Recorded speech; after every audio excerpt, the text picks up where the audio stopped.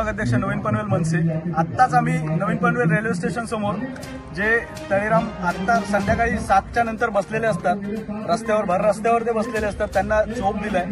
त्याच्यानंतर आम्ही सेक्टर 3 मध्ये, नवीन पनवेल सेक्टर 3 मध्ये मनसे मैदानासमोर आलेलो आहे। या मनसे मैदानाच्या इथे एक रामलीलाचा कार्यक्रम चालू आहे आणि तिथेच बाजूला आम्हाला गांजा पिणारी मुलं दिसते, हे बघा, आणि त्यांच्याकडे हा गांजा पण भेटलेला आहे आम्हाला।